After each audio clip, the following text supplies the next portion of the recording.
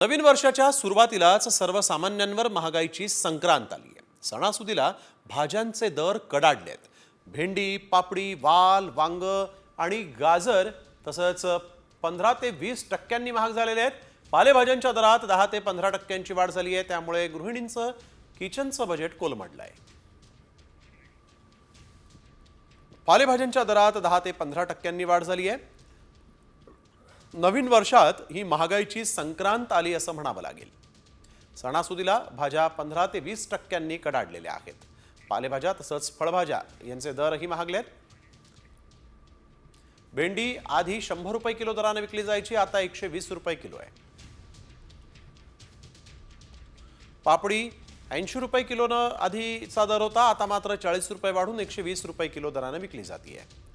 वाल 120 रुपये किलो आधीचा दर होता, आता 60 रुपये वाढून 200 रुपये किलो विकली जाते। पावटा 100 रुपये आधी विकला जायचा, आता मात्र 120 रुपये किलो। वांगीचे दर हे आधी 60 रुपये होते, आता त्यामध्येही 40 रुपयांची वाढ झाली आहे। 100 रुपये किलोनं वांगी विकली जात आहेत। गाजर आधी 60 रुपये किलोनं विकले जायचे, आता मात्र 80 रुपये किलोनं विकले जात आहेत।